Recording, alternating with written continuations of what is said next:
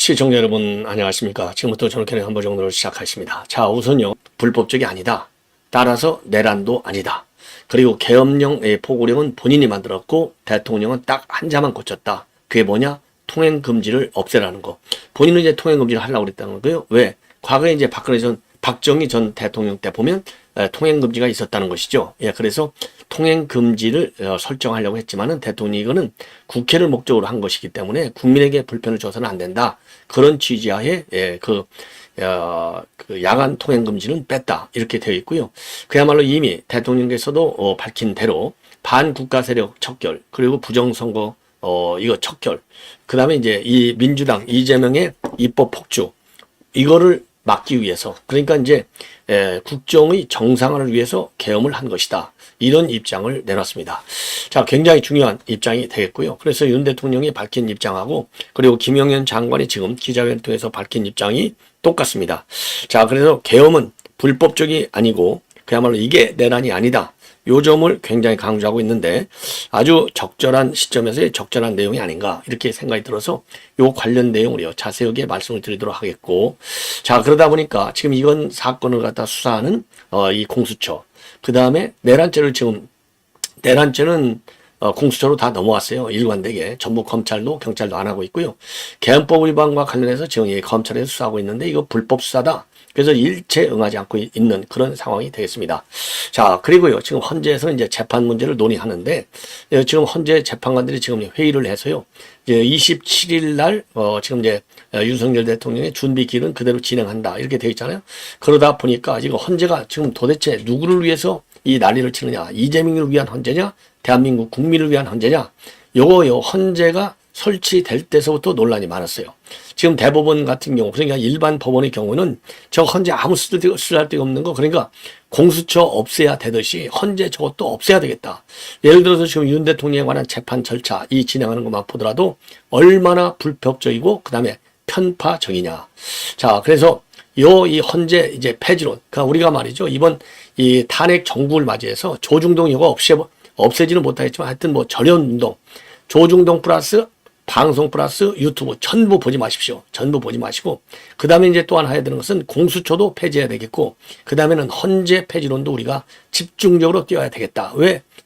불법을 일삼을 수 있으니까. 이미 여러분께 그때 말씀을 드렸잖아요. 이 헌재가 지금 재판 진행하는 걸 보면 문재인이가 임명한 문영배 좌파에 의해서 이게 이 인간이 지금 이제 권한 대행을 하고 있잖아요. 권한 대행을 남용하고 있다고 저는 봐요. 그래서 우리 시민단체나 아니면은 우리 서울시 애국자 시의원 이종배 시의원이 헌재 소장을 대상으로 해서요, 이거 불편부당한 지금 헌재를 운영하고 있다. 고발하십시오. 고발. 이런 것들 법적으로 처분해야죠. 자, 그래서 고발전이 꼭 필요한 상황이 되겠습니다. 자, 그래서 지금 헌재 폐지론까지 지금 띄워야 되겠어요. 우리가 강력하게. 자, 그리고 이 와중에 말이죠, 은근슬쩍 조선일보가 또 노골적인 한동훈 편들게 나섰습니다. 김창균 칼럼인데요. 김창균이도 왔다 갔다 해요. 비교적 굉장히 강하게 윤 대통령을 비판해온 조선일보 칼럼니스트 중에 하나인데, 조선일보가 다 넘어갔으니까 어쩔 수 없겠죠. 예. 지금은 느닷없이 말이죠, 지금 여당의 여권의 대선 주자로 한동훈을 띄우자. 아니, 배신한 인간은 쓸어버려야지. 무슨 놈의 이 판국에 한동훈이가 나옵니까? 또 망하지. 한동훈이 나오면 한동훈이가 아는 게 뭐가 있어요? 개풀이나. 아무것도 없어요. 뭘 알아요? 유독 아는 게 윤석열 대통령하고 김건희 여사 악마시키는 거 이외에는 한동훈이 머릿속에 들어있는 게 도대체 뭐냐 이 말이죠. 지금 검사 정치하게 나오는 인간인데 지금 우리 국민들이 검사 정치를 받아들이고 있습니까? 이미 퇴짜 맞았잖아요. 배신자로. 다시는 얼씬거리게 못해야 돼요. 한 번 배신이 피는 영원히 완전히 우리 민주당에서 어떻게 하든지 말든지 국민인 근처에는요, 대선 후보는 관두고 어디 좀에는 당직자도 절대 무슨 고문 절대 아예 그림자를 싹 지워버려라. 유승민이 지우듯이 완전히 지워버려야 된다. 그래서 제1호가 유승민, 제2호가 한동훈 해서 역사의 페이지에 빨간 글씨 촥 한동훈 써서 얼쩡거리를 못하게 되는데, 이게 지금 우리 국민들의 지금 분노 아니에요. 요 탄핵 사태가 오게 하는데 결정적인 동업자, 부역자가 한동훈이에요. 요 써버려야 할 인간입니다. 자, 그래서 이 조선일보 아직도 넉놓고 있어요. 그래서 조선일보 절연운동 폐지, 절연운동, 조선일보 절대 구매하지 마십시오. 아니, 온라인에 들어가면 다 아는 거 아니에요. 요것들이 조선일보가 재정 상태가 지금 제일 좋다는 거 아니에요. 그래서 기자들 본 것도 제일 좋아요. 비교가 안 됩니다. 중앙일보, 동아일보하고. 그러니 조선일보가 지금 배불러서 그러거든요. 이게 우파가 결집해서 절연운동을 하면 얼마나 무서운가를 함부로 펜때 놀리지 못하게 싹 쓸어버려야 돼요, 이번에. 그래서 절대적으로 조선일보 절대 보지 마시고 온라인 들어가서 보면 돼요. 굳이 보신다면 아예 보지 마시고 그냥 제 방송 보시라니까요. 아니면 우리 우파 유튜브 방송 여러분들께서 각자 취향에 맞는 제 방송만 보시라고 할 수는 없는 것이고 여러분들의 취향과 여러분들의 판단에 맞는 유튜브 방송을 보시라 이거예요. 그러면 조중동보다요 100배 낫다, 100배 낫다 이 말씀을 자신 있게 드립니다. 자, 그래서 이 조선일보 이 넉나간 이 칼럼 요것도 시간이 되면 소개해 드리도록 하겠습니다. 자, 그러면 말이죠. 지금 현재 시점에서 김동현 장관의 변호인들, 이 변호인들이 지금 아주 열심히 잘 싸우고 있어요. 아주 잘 싸우고 있습니다. 이 변호인들에 대해서도 우리가 적극적으로 좀 그 지지하는 운동을 좀 벌여야 될 것 같아요. 자, 왼쪽이 이하상 변호사, 그리고 오른쪽이 유승수 변호사. 요 두 분이서 조금 전에 인터뷰를 막 진행하고 있어요. 제가 그래서 이제 요 내용이 아직 자세하게는 안 나오고 일부 나온 내용만 말씀을 드리면 계엄의 목적, 아까 말씀드린 세 가지. 반국가 세력의 척결, 그 다음에 부정선거, 그 다음에 이재명 민주당의 입법 폭거, 요거가 핵심이 되는 겁니다. 그래서 계엄은, 이제 그게 그 목적이고요. 이런 목적하에 이루어진 계엄은 지극히 대통령의 통치 행위에 속하기 때문에 절대로 고유 권한이라서 그야말로 내란 주장이라는 것은 말이 안 되는 것이다. 이게 왜 통치 행위인데 이게 내란이냐? 이게 내란이냐? 자, 그래서 요 취지로 이제 입장을 밝히고 있습니다. 자, 그리고요. 지금 계엄 포고령은 본인이 작성해서 대통령한테 보고를 드렸는데 그 중에서는 딱 하나만 달라졌다. 그게 뭐냐? 통행금지, 양안 통행금지를 본인은 건의했는데 계엄의 목적은 국회 입법 폭주하는 이 국회를 손보는 것이기 때문에 국민들에게 불편하게 해서는 절대 아니 되온다. 자, 그래서 제대로 계엄을 진짜 세게 하려고 그랬으면은 한밤중에 새벽에 했지 않았겠느냐. 그 얘기는 국회 경정을 올려갖고 입법을 의회 활동을 정상화시키는데 목적이 있었기 때문에 새벽에 하지 않고 그다음에 야간 통금도 두지 않았다. 그래서 이 정상적인 계엄이다. 법에 따른 계엄의 계엄령 선포 앤 계엄령 해제. 그런 이게 어디에 불법성이 있느냐? 통치행위인데 강력히 비판하고 있어요. 자, 그래서 지금 요 변호사들이 밝히고 있는 내용을요. 그대로 현재까지 나와 있는 내용을 그대로 여러분께 이제 보도해 드리도록 하겠는데요. 아직은 자세히는 안 나오고 있어요. 그래서 우선요. 국회를 이용한 정치 폐악질의 경종을 울린다. 그리고 선거 관리에 대한 국민적 의혹을 해소한다. 그 다음에 종북주사파 반국가 세력을 정리하기 위한 요 세 가지 목적으로 계엄을 선포한 것이다. 이렇게 밝히고 있습니다. 자, 그러면서요. 이재명이 형사 책임을 면하라고 방탄 국회를 열고 22차례에 걸쳐서 탄핵을 발의하고 또 예산을 폐지해서 국정을 없애려고 시도를 하는 이런 정치 폐악질의 경종을 울리려고 한 것이다. 그리고 이미 국가정보원에서 이제 서버 보안 점검 했지 않습니까? 이와 관련해서 소송이나 수사로 더 이상 문제가 해결되지 않는다면 특별한 조치, 즉 비상계엄으로서 요 부정선거 실태를 확인해야 한다는 게 대통령의 책무다. 대통령도 그렇게 입장을 내놨지 않습니까? 옳으신 얘기죠. 그리고 종북 주사파 반국가 세력을 정리해서 자유 대한민국을 미래 세대에 물려주려고 했다. 반국가 세력이 여론을 조작하고 전국 불안을 선동하며 국가 전복을 획책하고 있다. 옳은 얘기죠. 아예 반국가 세력들 지금 널려 있잖아요. 아예 이제 반국가 종북 세력들이 길 위로 튀어나왔지 않습니까? 커밍아웃 했지 않습니까? 요럴 때 국정원이 대공수사권을 갖고 다 이거를 잡아들여야 되는데 요런 거를 못하게 하려고 요 문재인한 인간이 공산주의자 문재인이가 요 국가정보원의 대공수사권을 갖다가 경찰에 빼 돌렸어요. 이게 얼마나 기가 막힙니까? 그래서 이런 취지와 목적하에 이루어진 계엄이 어떻게 내란 혐의로 이어질 수 있느냐? 내란 혐의가 성립되지 않는다. 고도의 통치행위다. 요 점을 다시 한번 강하게 주장을 하고 있습니다. 자, 그러면서 말이죠. 대통령이 헌법과 법률이 정한 바에 따라서 비상계엄을 선포했고 해제도 국회 요구에 따라서 적법하게 했다. 사상자가 전혀 없었고 병력도 최소한만 투입했고 그리고 계엄 해제 이후에 각 지휘관의 통제하에 질서 있는 철수를 한 것이 명백한 사실이다. 명백한 사실이죠. 우리 TV로 다 봤잖아요. 제가 그날 새벽 4시까지 방송했다니까요. 정확하게 사실을 그대로 설명하고 있는 것 같아요. 그래서 이제 계엄 선포 시간이 이제 오후 11시, 해제가 새벽 4시 반 했잖아요. 그래서 전면적이고 실효적인 계엄을 이루고자 했다면 병력을 사전에 투입해서 국회 경내 진입을 완전히 통제하고 새벽에 계엄을 선포했을 것이다.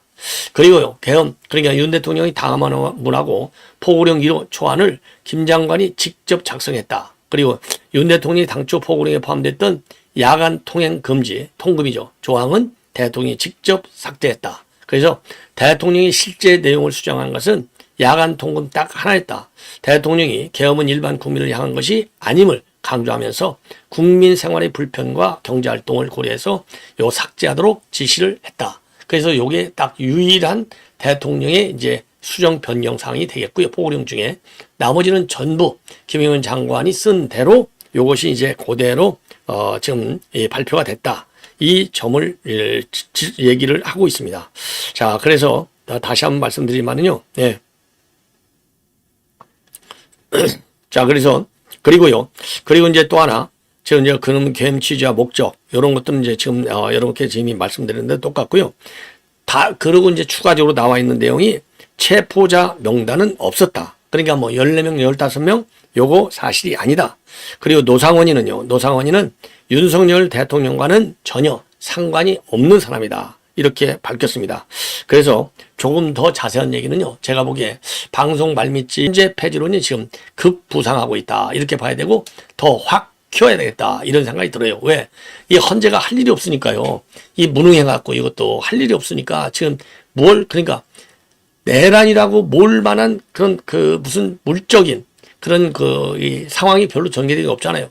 지금 이제 김영현 장관도 얘기했지만 이게 무슨 내란이야? 내란이 아니지 않습니까? 저도 여러 차례 말씀을 드렸잖아요. 내란이 국헌을 문란하게 할 폭력을 이어져야 되는데, 폭력이 그날 있었냐고요. 그 인권 침해가 있었냐고요. 없었지 않습니까? 그러니까 사소한 인권 침해 요소이라든가 또 국헌을 문란하게 할 사유가 만에 하나 있다손 치더라도 탄핵이라고 하는 것은 중대한 헌법과 법률에 대한 위반이 있어야만이 탄핵을 하게 돼 있는 거거든요.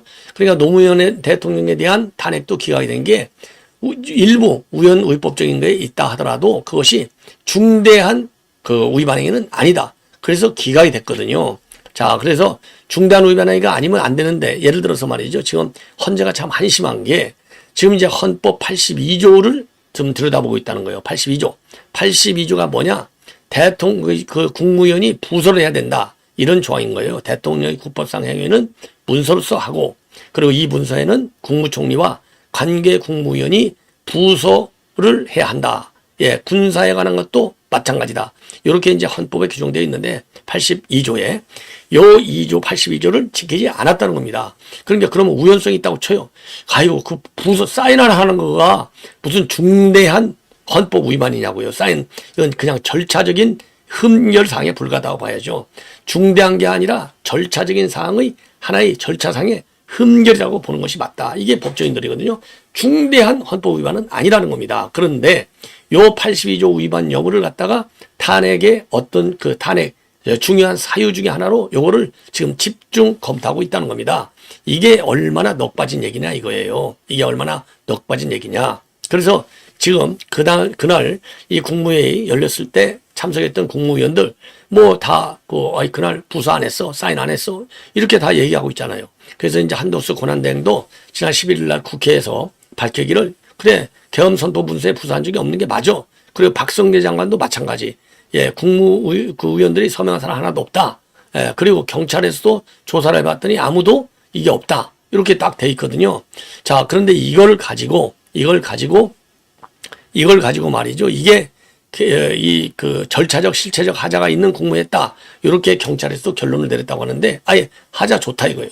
하자가 있었다고 해서 이게 절차적 하자에 불과한데, 요게 어떻게 중대한 탄핵으로 삼을 만한 요인이 되냐 이거예요. 여기에서 우리 법조계가 일제히 비판을 하고 있는 겁니다. 자, 그래서 제가 다시 한번 말씀드리지만은, 요런 헌재는 없애버리는 게 차라리 낫지 않느냐. 이런 반론들이 굉장히 세게 제기되고 있는 상황이다. 요 점을 이렇게 말씀을 드리고요. 그 다음에 조선일보 요 칼럼을 요번께 이제 말씀을 드려야 되겠네요. 자, 조선일보 칼럼 김창균 그 논설 주간의 칼럼인데 제목이요. 홍준표, 한동훈, 오세훈이 공존하는 보수해야 한다. 여기에 이 한동훈이하고 오세훈 같은 이 배신자들이 왜 들어가냐고요.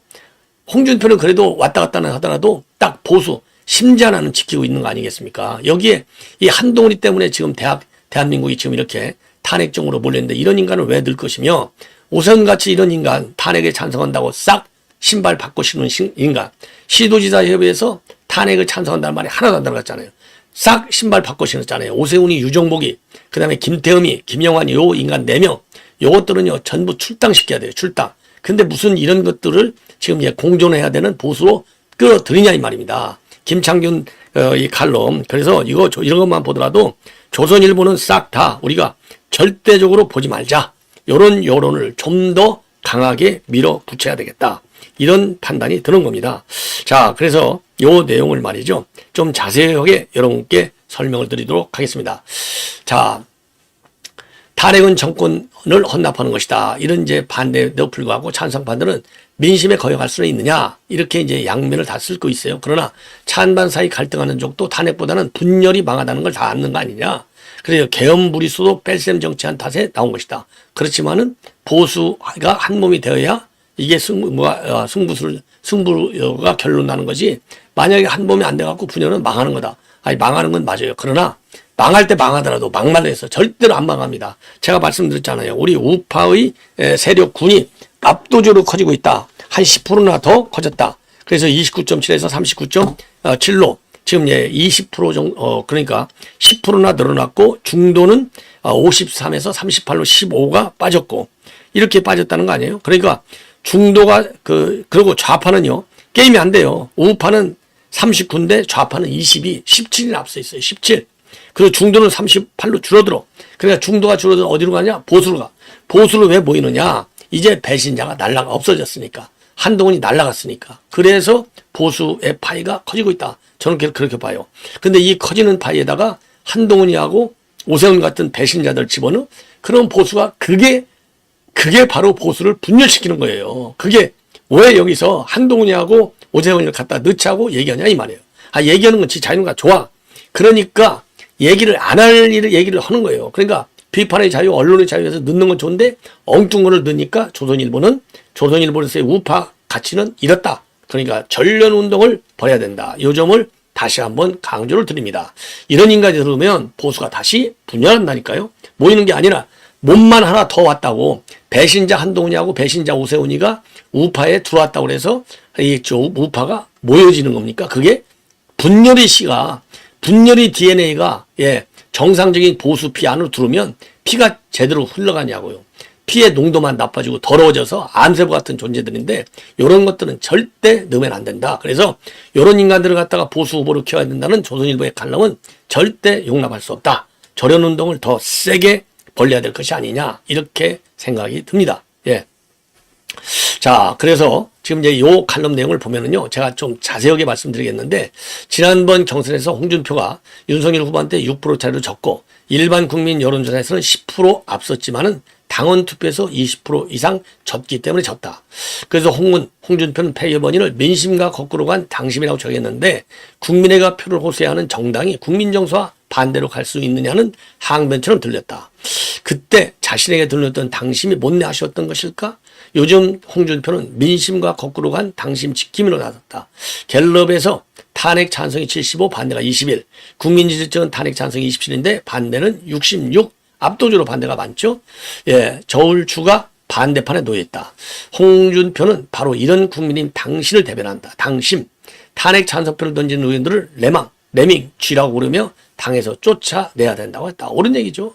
한동훈이는 민심 쪽에서는 선택을 했는데 윤 대통령이 계엄을 선포하자마자 이거는 계엄에 반대한다. 그리고 곧장 국회로 가서 계엄 해제에 힘을 보탰고 민주당보다도 동작이 더 빨랐다. 7분인가 8분이나 빨랐잖아요. 이 배신자가. 그래서 윤 대통령을 탄핵을 요구하는 민심 흐름과 한동훈이는 보조를 맞췄다. 그러니까 그런 민심이나 따라가라 이거죠. 그런 민심. 좌파 민심이나 따라가게 놔도 한동훈이 같은 인간은 왜 끌어들이냐고 주장하냐고. 안 그렇습니까? 자, 그리고 윤 대통령을 지키자는 골수 지지층에게 한동훈이는 배신의 아이콘이다. 맞는 거죠. 계엄 이후 20일 넘게 광화문 감리교 빌딩 앞에서 벌어지는 집회에서 살모사 한동훈 밟아 구호가 끊임없이 들려오고 친윤그룹은 이 정서를 얻고서 한동훈 퇴진을 밀어붙였고 계엄 반대로 반짝 상승했던 한동훈의 지지율은 다시 미미한 수준으로 곤두박졌다. 옳은 얘기죠. 그리고 오세훈은 당신과 민심 사실에서 갈등했는데 계엄 사태 직후 오세훈이는 탄핵만은 피해야 한다. 대통령 이선 후퇴와 거국내각 구속 쪽에 몸을 실었다. 그러나 일주일 만에 국민이 대통령을 탄핵해야 한다고 입장을 바꿨다. 대통령이 국회의 계엄령 해제 표결을 막으려 했다는 사실이 속속 드러난 데다가 계엄은 정당했다는 주장을 굽히지 않는다는 태도 변화했다. 오세훈이를 이럴 줄 알았으면 처음부터 탄핵을 찬성할 걸 하고 후회했다고도 한다. 상당수 보수 지지층은 오 시장과 비슷한 심경 변화를 경험했을 것이다. 웃기고 앉아있어요. 누가 그런 임의로 갖다 붙이지 말고, 그리고 오세훈이도 처음부터 찬성할 걸 이따위 얘기하려면 그 정도 그러면 이게 본인의 무능을 나타내는 거예요. 아니 상황 판단도 못해? 내가 찬성할 건지 반대할 건지? 웃기는 인간이죠. 이런 판단도 못하는 사람이 무슨 대선 후보가 된다는 겁니까? 말이나 되는 얘기입니까? 아니 되옵니다죠. 예. 그래서 보수 진영에는 홍준표, 한동훈, 오세훈 이 정서가 혼재하고 있는데 한쪽은 대통령을 탄핵하면 보수는 개변한다. 대통령을 내쳐서 대선에 앞당기면 이재명에게 정권을 헌납하는 꼴이다. 예. 그리고 다른 한편은 대통령 탄핵을 막으면 보수는 개멸한다는 정반대의 주장을 펴고 있는데 국민 75%가 찬성하는 탄핵에 맞서는 정당은 정치적으로 생존할 수 없다는 논리도 반박이 불가능하다.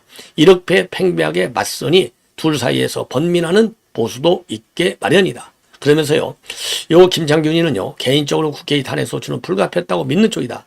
대한민국 역사를 반세기 전으로 돌리려 한 대통령에 대한 분노를 정치 셈법으로 헤쳐 나갈 수는 없다. 국민의힘이 더 버텨본들 한 주일 혹은 두 주일 차이였을 것으로 본다. 그는 아스팔트 광장 위에서 영하의 추위를 버티면서 탄핵 결사 저지를 외치는 태극기 세력의 진정성도 존중한다. 탄핵에 대한 찬반 어느 쪽이 보수를 살리고 망치는 길인지 답을 내기는 어렵다. 다만 탄핵 찬반 의견 차이로 보수가 분열하면 망한다는 것은 분명하다. 문재인 정권을 탄생시킨 결정적 원인은 박근혜 탄핵이 아니라 홍준표 24%, 안철수 21%, 유승민 7% 세 후보가 반문재인 표심 52%를 분열시키는 데 있었다. 예, 따지고 보면 윤석열 대통령의 비극도 내 편을 하나하나 쳐나간 뺄셈 정치에서 비롯됐다. 지지 기반을 스스로 허물었으니 총선 참패는 정해진 수순이었다. 그 결과 거대 야당의 무차별 탄핵과 예산 삭감으로 농락당하니 계엄이라는 무리수로 응하게 된 것이다. 그런데도 친윤그룹은 탄핵에 반대한 90명 똘똘 뭉치면 된다면서 윤석열 몰락 코스를 따라가겠다고 한다. 그 목적지가 어디일지라도 국민의 24%, 민주당 48% 더블 스코어로 벌어진 여론조사 결과가 예고해주고 있다.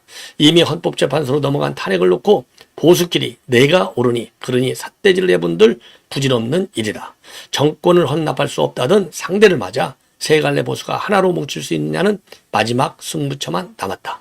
자, 뭐 부분적으로 맞는 얘기도 있고 뭐 저하고 동의할 수 없는 얘기도 있는데요. 무조건 결론, 이 판에 왜 이 배신자, 요 상황을 만든 배신자인 한동훈과 오세훈이 이런 탄핵 찬성받을 집어넣느냐? 절대로 집어넣지 말라. 조선일보 반드시 절연해야 됩니다. 시청자 여러분, 이것으로 본 방송을 마치겠습니다. 대단히 고맙습니다.